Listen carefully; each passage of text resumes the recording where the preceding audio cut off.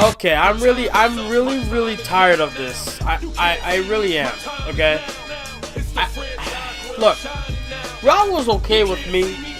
There were parts where I skipped. I went to go get food. I tweeted that out, on Twitter. But I'm gonna be honest with y'all. I am sick to death of this freaking Sasha wins the title and then she loses it again. Oh my god. We'll get to it. Welcome to Raw Review, August 28th, 2017.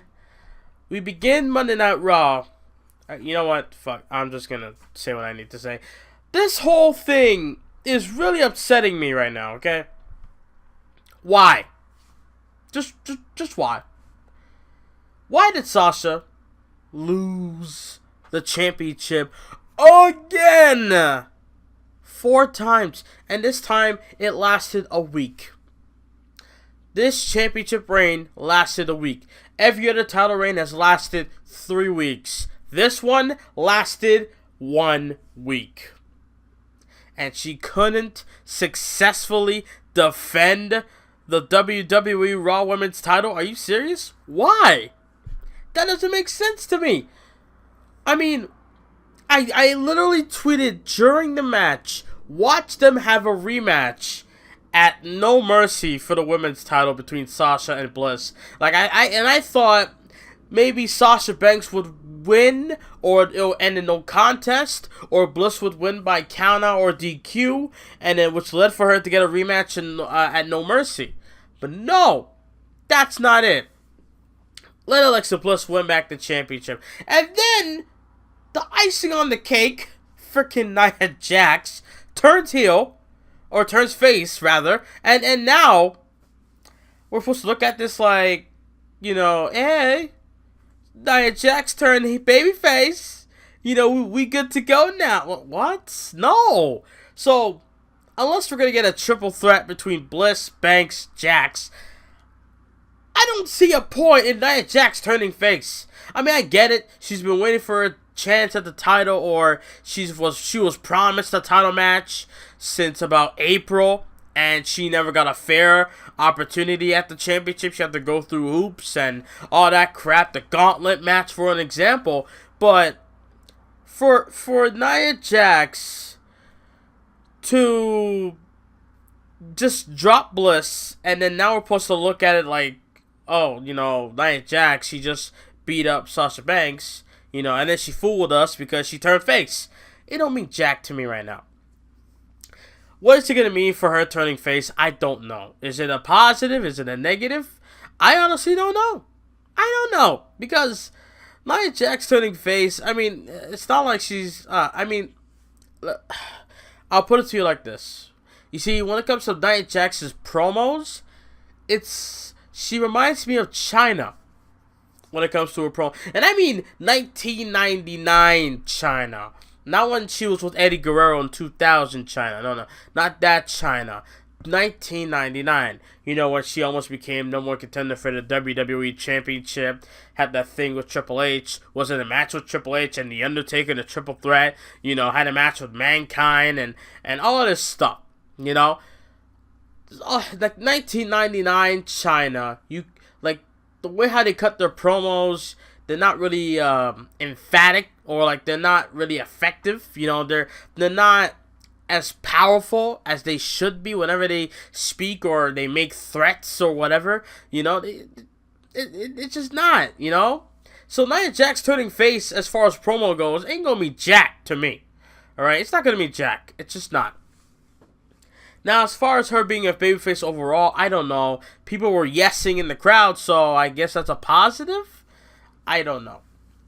We'll see. Maybe they might ruin her. They might make her a star. Hopefully, we get to see her become a star. But as far as everything else goes, Sasha Banks losing the damn title again. I'm done, I'm a fan of Sasha, no doubt, but as far as her becoming I'm done with that, because seriously, like, her winning the title at SummerSlam is meaningless now, because this happened. Losing the damn title again! 4 times in a row! 4 times! Not one successful Oh my, I swear. Charlotte? At least Charlotte had title defenses when she was champion. You know? At least, sorry. At least Charlotte has had, you know, title, has won her matches when the title was on the line. You know? Like beating Bayley at the Royal Rumble. You know, defending the title against Sasha Banks at one point on pay-per-view. You know, like she would retain the title a lot. But yet, Sasha Banks is the opposite. You know? Winning so many titles don't mean jack, bro. And I'm not talking about Jack Swagger. You know? Like, her winning the title and then not defending it makes her the biggest loser of all time. She's a 4-time loser now. I'm not going to look at her as a 4-time champion only now. I'm going to look at her as a 4-time loser. Because I'm sick of this right now. You know? And if you're going to tell me, it advances the storyline. What storyline? This been going on for months. This story's been going on for months, and I've been waiting for it to end. I'm not going to lie to you. I've been waiting for it to end. I've enjoyed the feud. Now I'm waiting for it to end. I'm not trying to have this go on and on and on and on and on and on and on. I don't have time for that, bro. I want to see something different. But yeah, we get a title change in Memphis, Tennessee. Memphis was a good crowd tonight, by the way. I don't know. So we begin the show with the Miz, Taraj in the ring. Cole and Graves welcomes us to Raw. Booker T's not there because of the situation with his family in Houston. I pray for those who survive and trying to make it through the Hurricane Harvey. Best wishes to all those in that situation. Then after that, they hype up about Brock Lesnar being here, you know, which was a good segment, I'm not going to lie.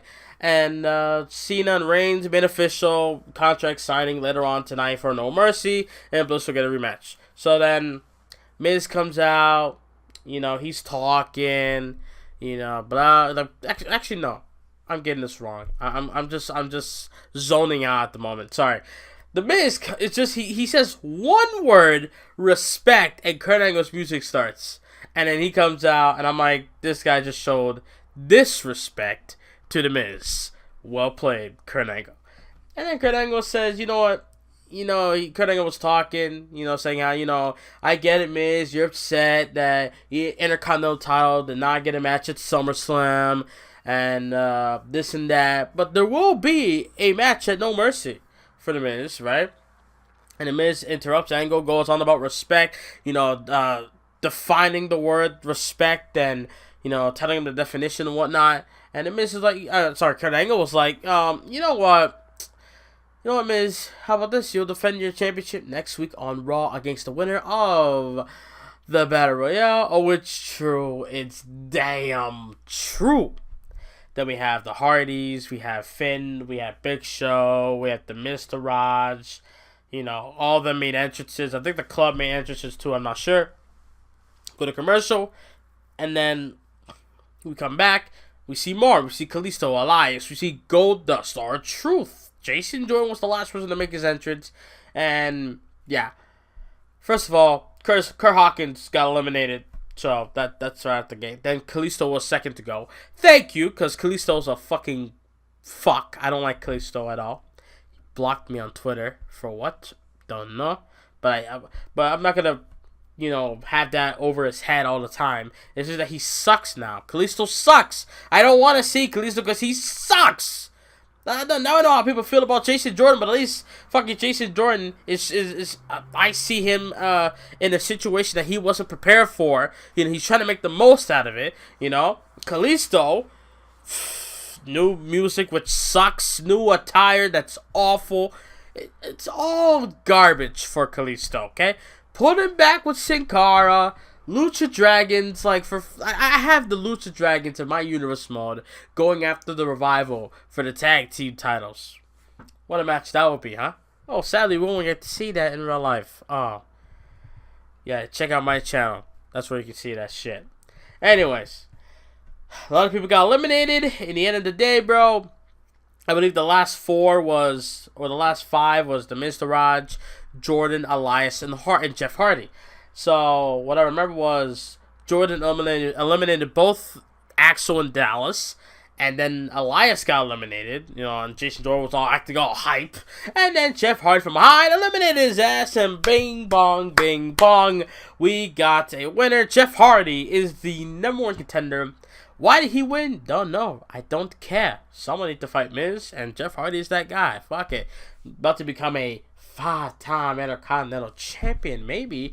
Or maybe not. Either way, this is a big match for the Miz. Miz, to me, this is a good thing, as the Miz is a big star, as of today. He's a bigger star than he ever was.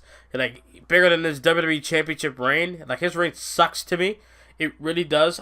He's beaten Orton many times, and then he beats Cena on a fluke, and then after that, he loses the title in a triple threat steel cage, and he says, "I quit" later on. So go fuck yourself with that title reign. Anyways, or that WWE Championship situation with The Miz involved. So yeah, this is a good thing. Hardy by himself takes on Miz, and then I seen a little interview by, I believe that was Mike Rome, saying how, Jeff, congratulations, you win the Intercontinental title, #1 contender Battle Royale, and then Jeff Hardy's all stoked, he's all hyped about it, and then Matt Hardy says, I'm glad you won. If it wasn't me, then I'm glad it was you, all that stuff.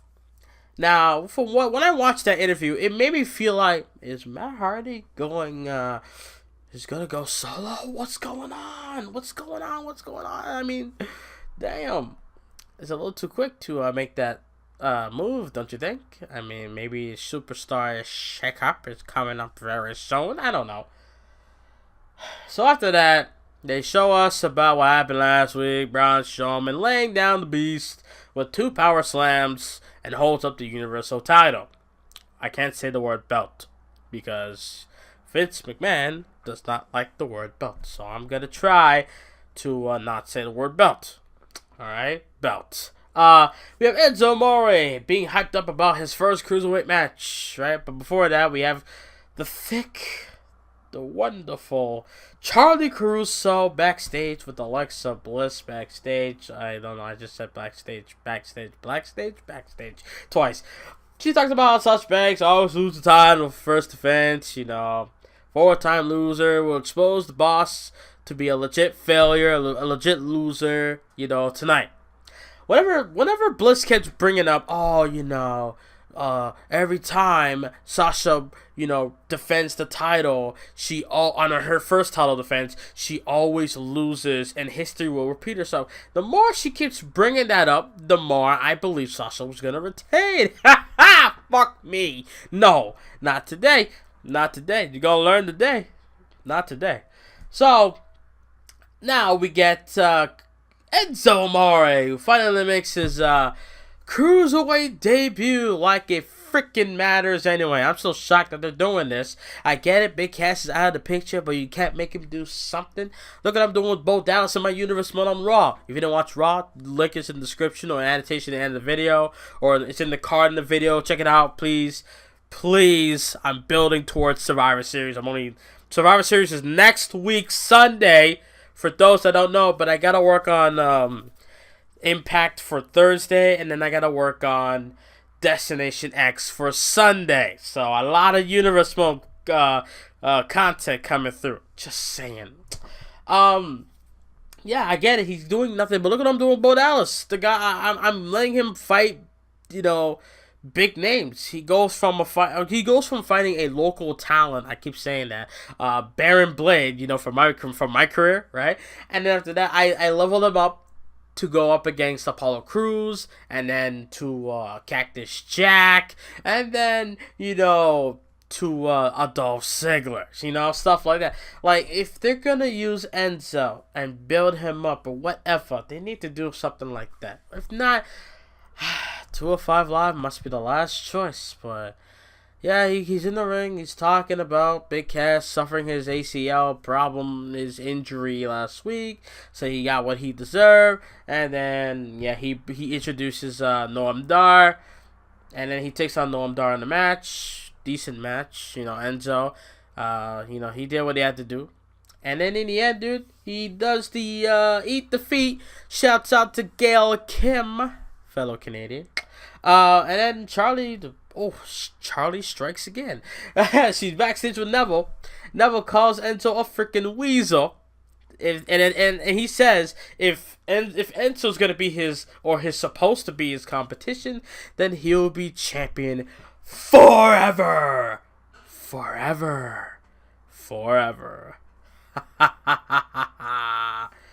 Neville's laugh was funny.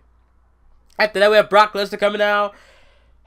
Paul Heyman sings his praises, does what he does. He's Paul Heyman. He's the Beast, Universal Champion, Brock Lesnar, blah, blah, blah. We're not going to bitch. Like, I'm just going to skim and basically and practically tell you what Paul Heyman said. We're not going to bitch and moan what Braun did last week. Braun was making a statement that he's not afraid of the Beast, that he's going to prove, he's proving to the world why he is a monster, why he monster handled Brock Lesnar at SummerSlam. You know, all that. You know? And then, what? Then he brings up No Mercy in Los Angeles. You know, Braun Strowman will get his opportunity to challenge Lesnar for the title. You know. And then after that, Brock Lesnar grabs the microphone. I'm like, oh, shit.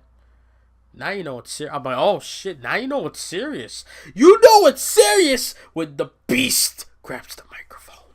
He grabs the microphone and he's like, what he's trying to say is, Suplex City, bitch. Done. Drops the mic, leave. Let Lesnar do that. If you gotta pay him extra to do that, I don't care. Do it. Give Lesnar the freaking microphone before he leaves. Like, let him get the last say.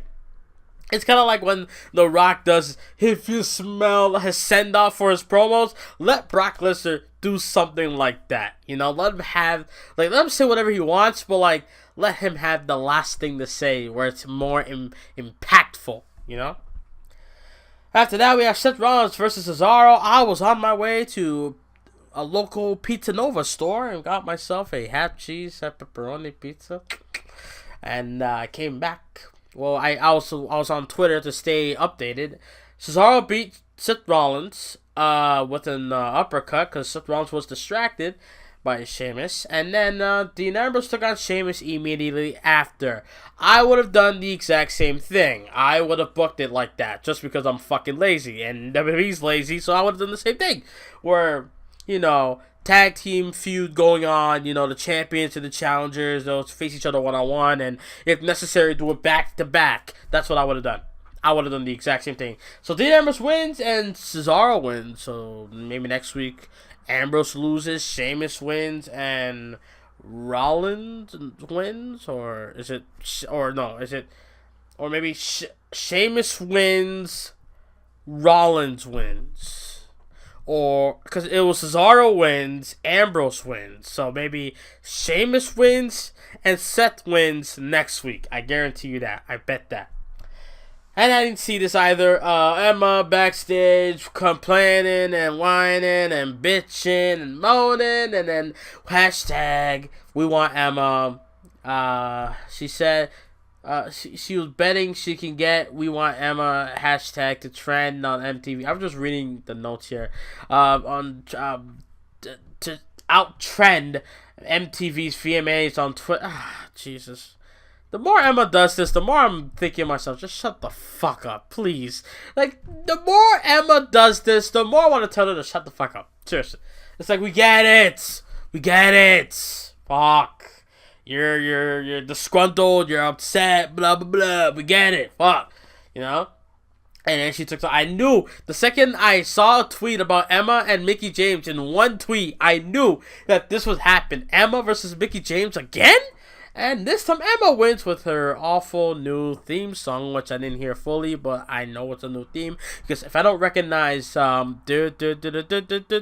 don't hear none of that, then it's not the theme. That's all I gotta say about that. Ha!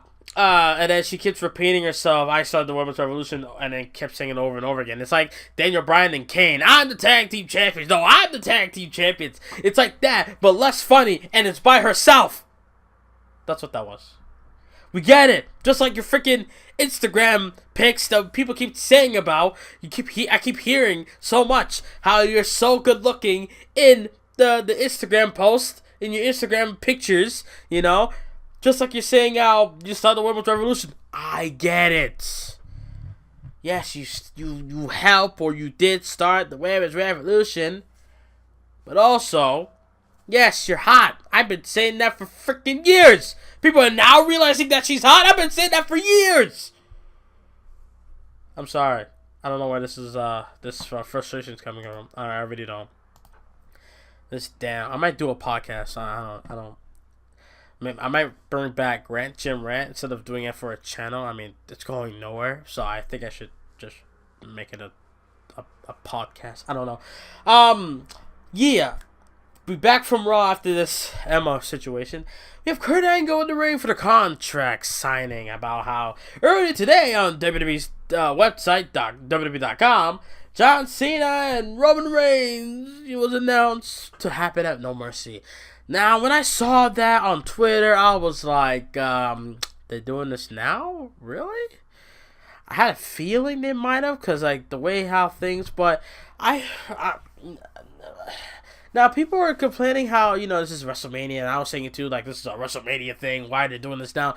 I'm looking at it like, you see how the crowd reacted last week in Brooklyn? I fear that it will happen the same shit at WrestleMania at one point, so I feel like it's best to get this out of the way now, because I know the crowd is gonna shit. They're going to LA. LA is a smart crowd, okay? So I know that LA is gonna do the same thing what Brooklyn did. They're gonna shit on both of them. You both suck. Roman Reigns sucks. Cena sucks. There won't be no Let's Go Cena. Cena sucks. It will be Cena sucks. Roman sucks. Cena sucks. Roman. I can already see it, bro. I can already see it. Like seriously. It's like I don't know. It's just something I know is gonna happen. Okay. So Cena's in the ring. He gets a little corny at the beginning. He gets a little cheesy. This is a big WrestleMania worthy match, and Kurt Angle's ready to do it now. Blah blah blah. And then Big Dog comes through. This and that. Cena says that Roman's protected. I'm like, bitch. You're saying you're not protected, bitch? You're saying you're not protected, Cena? Come on. You're saying you're not protected, John? Come on now. Don't do that. So, when Reigns come out, Reigns wanted to get something straight. He's like, bruh, you say I'm scared of facing you? You're scared that you think I'm scared? See how Roman fucks up, I fuck up? You think I'm scared to fight you? I wonder if that's what's in your head. And then Reigns went on and says, Cena probably won't understand this because no one has ever said this to him, but Cena is not of a big deal as he thinks he is. Now, at the beginning, that's kind of like oh shit, oh, that's like a little, what's you got to say about that, Cena? Reigns says he's done something Cena will never do, retire The Undertaker. Blah blah blah blah. Like we haven't seen that already. Like we haven't heard that already. I retired The Undertaker. That's like Paul Heyman coming out saying, "I'm the one behind the one that beat that ended the streak of 21 and 1." I don't know. How Heyman went on and on and on about that in 2014. Jesus Christ, like.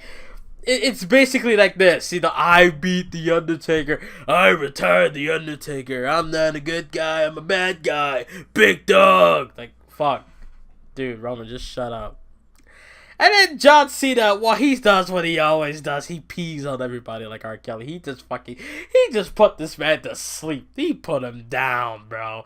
He was like a fucking anaconda wrapping around the neck of Roman Reigns, just putting him out for good. Because there's no way Roman Reigns is going to come back and recover from what Cena said, bro. No way. Alright? Reigns says maybe he doesn't need to fight Cena. And Cena ends up calling Roman Reigns a corporate John Cena bootleg, bro. Cena says Reigns isn't the guy. Reigns is just a guy trying desperately to fill shoes he would never will. Cena says, "Listen carefully, young man." I want to call him boy. I'm like, "Listen to me, boy." Like the Undertaker, like yeah, like I want to say shit like that. I'm like, "Listen to me, boy." All right, you know, I'm not the Undertaker. I'm not a battered veteran with a bad hip. I thought he was kind of ripping the Undertaker right there. That's how I felt, but maybe he wasn't. You know, he was just spitting facts. I could be. Maybe I was just in the mood. I don't know.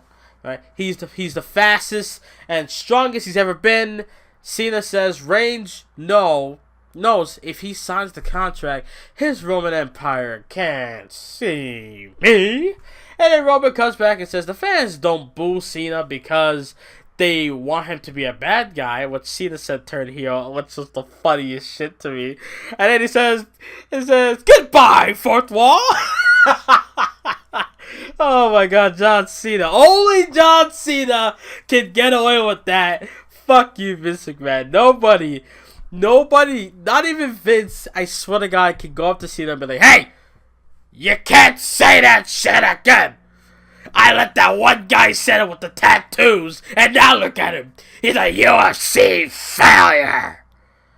I don't know where the fuck that came from, but I bet that was in Vince's mind. You know, that's just me assuming. I don't know, like calling CM Punk a UFC failure. I'm just saying, like, yeah, he's gonna come back to me one day, and he's gonna be on his fucking knees begging. You know, you know. I'm still sick, by the way.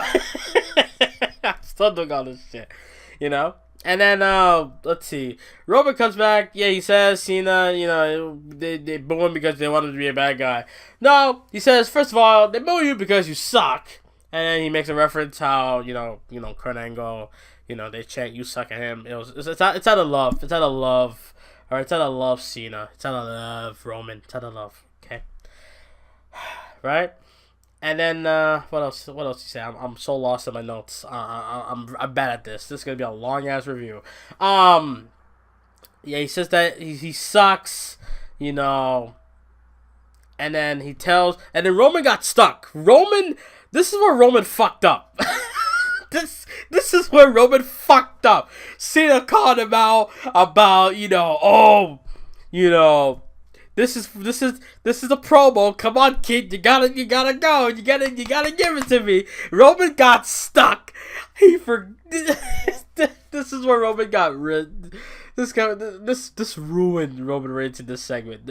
Roman got ruined. Oh my god. He played himself. Nobody, unless your name is The Rock or Steve Austin maybe, will never ever put down John Cena. Nobody. Unless your name is The Rock, nobody could put down Cena. Not a soul. Miz tried. Barely. He barely did damage, bro. He barely did damage. He did light damage, what Miz did back on SmackDown back in, I believe, February or March to build up to WrestleMania. So, yeah, like Reigns is telling John to shut up. You know, Reigns looking to be searching for words, and Cena just be like, "Come on, this is a promo. You know, you gotta give it to me, right?" And then Reigns is like, "You know what, John? You're a fake ass bitch. You know, I'll be damned if that, you know, I'm working Friday, Saturday, Sunday, Monday for you to be on the Today Show. You know, just calling him. You're not only a fake ass bitch, you are a part-timer fake ass bitch." You know, he goes on about seeing being a part-timer and how he buries young talents. Now, I didn't notice, but I did took it on my, oh fuck, Roman, why did you say everything that everybody else says? CM Punk said it, AJ Styles said it last year. I'm pretty sure Seth Rollins has mentioned it here and there.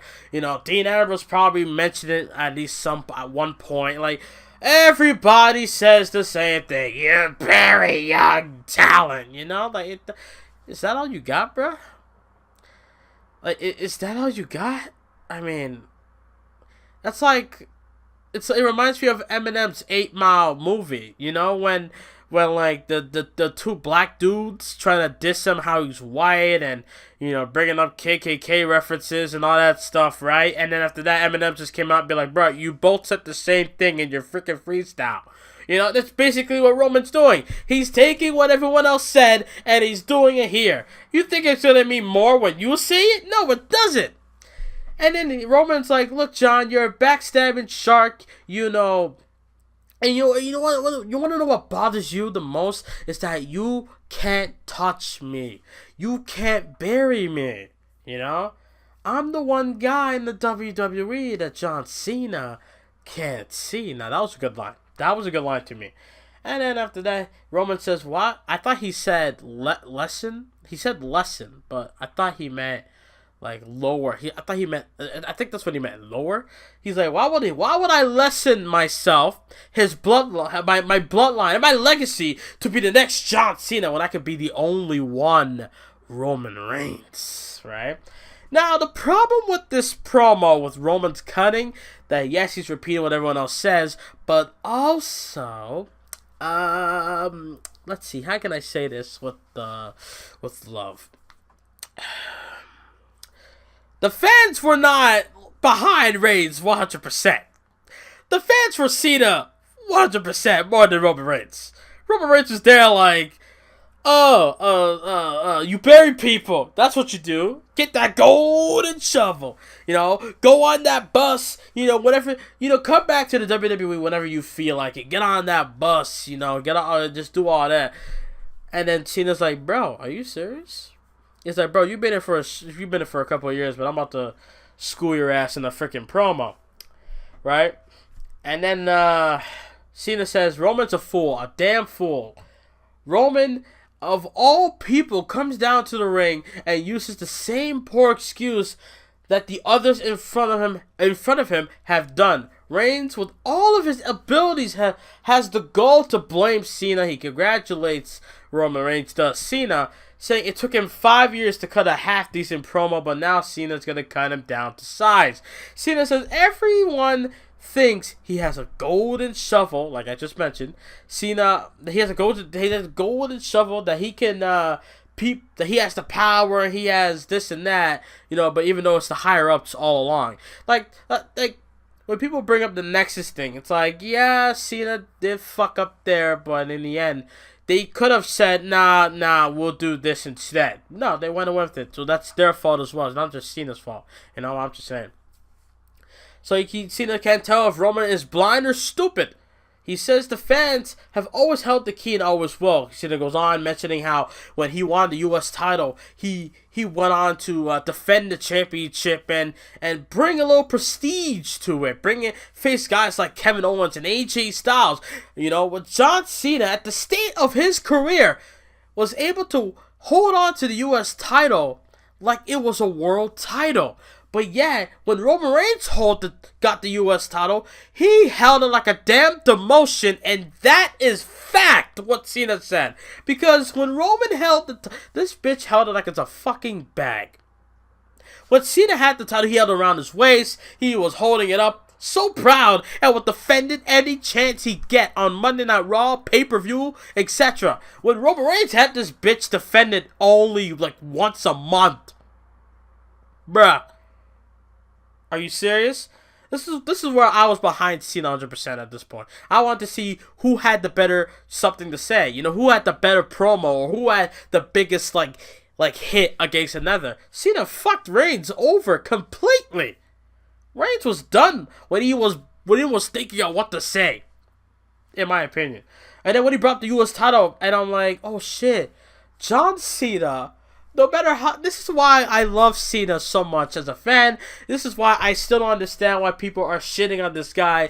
Get over the fact that he did what he did 10 years ago. You know, this guy is just fucking phenomenal when it comes to shit like this, right? John Cena put Roman down to sleep. And when he brought up the U.S. title, I was eating, but I was like, yes! Somebody said what we've been saying for all this time. Fuck. Roman Reigns took the championship like a demotion. That is the best line I've ever heard right then and there. Because it's fact. I should never see a champion hold a title on his back. I'm sorry. I wish I had a camera so you guys can see my frustration, but it's true. And then Cena says, "Bro, you can't do your job." You know, he goes on and says, you know, Roman Reigns should be ashamed because he can. That John Cena says, "I can do this better as a part-timer than you could ever do it in a full-time," and he drops the mic. And in the end, Roman signs the contract. Roman looked like a dumbass. You know, remember when Kevin Hart always says how, you know how the guy that listens to the other guy rap and he always had that dumb look on his face? Or like whenever your girlfriend caught you doing something nasty, like you got caught masturbating or whatever, and then you got that stupid look on your face. That was Roman Reigns then. He looked ridiculously stupid. He was just standing there like, fuck, he got me. he couldn't say shit. Roman couldn't say shit. So yeah, you know, this is why I'm always behind Cena. I like Reigns, but there's times where shit like this, it upsets me. You know, when Cena brought up the U.S. title thing with Reigns, it was probably the best thing I've ever heard, dude. When he brought up the U.S. title, how he took it as a demotion, I'm like, yes, because when Cena held the title, he did so much work with it. I was afraid that Cena might not lose the championship ever, because who the hell is gonna take the U.S. title off of Cena and make it meaningful? Nobody did since. Del Rio failed. Kalisto failed. You know, who else? Rusev barely did anything. And then Roman won the championship. Like, again, held it like a demotion. Held it on his freaking back like a damn knapsack. So there you go. And then we get Carl Anderson and Luke Gallows coming out for no goddamn reason, saying how they're going to teach them a lesson. So much egos flying in the building. Fuck out of here, dude. That was the best thing That was like the best thing we saw tonight. And yet, they come out here and ruin it. So, when they came out, I'm like, fuck this, I'm done. No. That's all I need to see. I don't need to see Roman and Cena teaming up again. Why the hell would Roman Reigns team up with a guy who basically embarrassed him, buried him, put him to sleep on live television? Why would he do that? If I was Roman Reigns, I would have told Kurt Angle, no, I'm not doing it. Why would I freaking sit here and tag team a guy who I'm facing on a pay-per-view who just embarrassed me on live television, spitting facts about me, and I'm pissed off about it? Why the hell would I do that? But no, Kurt Angle announces a tag team match in the most wackest way I've ever seen. Oh, Kurt Anderson, you want to fight? Well, Roman and Cena will tag team right now. What? That's it? Go fuck yourself, bro. So after that, I just stopped watching. I didn't care. I did not care at all, right? And then Elias came back on. He was how the fuck we go from Roman and Cena, that awesome contract signing, to Elias Sampson and Pelvis Wesley? How, Sweat? How? I don't know.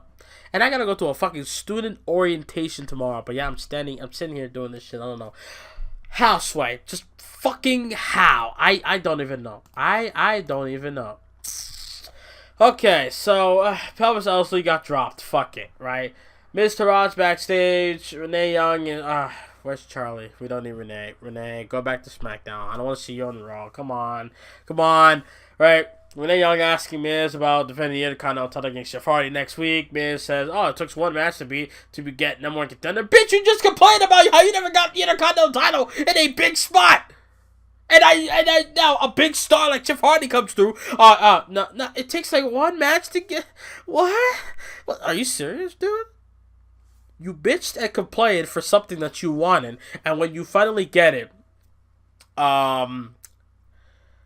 it's like what Dusty Rhodes said in a promo. I rewatched it last week just to be sure of what he said. He said when John Cena and The Rock had this whole thing going on in 2013, when Cena was on this road to redemption, right? I remember Dusty Rhodes was like, in life, in WWE, there's no guarantees, right? What you want is not always what you get. And what you get is not always what you want, right? Miz, what he wanted? He wanted the Intercontinental Championship to have a spotlight, like big lights. So he wanted to have the Intercontinental Championship in a big situation of importance, right? And then when he got that with Jeff Hardy becoming the more contender, he don't want it. He don't want it. He whatever. Like if I was somebody there, I would have walked up and be like, "Don't worry, Renee. Miz is just a whiny bitch that likes to complain about, the things don't go his way. He complains about it. Simple as that. I would have said something like about that. And in the end, we had the main event. Banks, Bliss, blah blah blah. Bliss won. Fuck you. Nia Jax turns babyface. Hooray! Sarcasm. And that was Monday Night Raw. Raw was a good show. Roman Reigns got peed on. Simple as that. 40 minutes. I didn't think I'd go 40 minutes, but I had to get my 2 cents on the whole Roman Reigns Cena thing. That was just the best thing of the night. John Cena made something that I wasn't really hyped for. I'm kind of hyped for it. Like, I'm building towards it now. So what do you guys think? Leave your comments down below. Thank you guys for listening to this Raw review. Leave a like on it. And subscribe if you're new. Check out Monday Night Raw episode I did today. Hope you guys will like it. And I'll see you guys Thursday for Impact Wrestling. Or Wednesday for the podcast. Thursday for the Impact Wrestling episode. If you want me to stop, then let me know. And then Friday, or maybe I should switch it. Wednesday should be SmackDown. And then Friday should be the podcast. You guys let me know. And I'll see you guys next time. And I'm out. Later. Why did they change the title? Why? Nia Jax says she's not like most girls. Well, bitch, you're becoming like everyone else. Oh, fuck. Sasha Banks is going through this title change cycle, but Roman Reigns got peed on, bro. That's a good thing. Roman Reigns looked like a dumbass in the end of the day. Cena buried him, By the way, Charlie Caruso is so fucking thick. Ooh, wait, hold on. I'm still recording. Fuck! Again!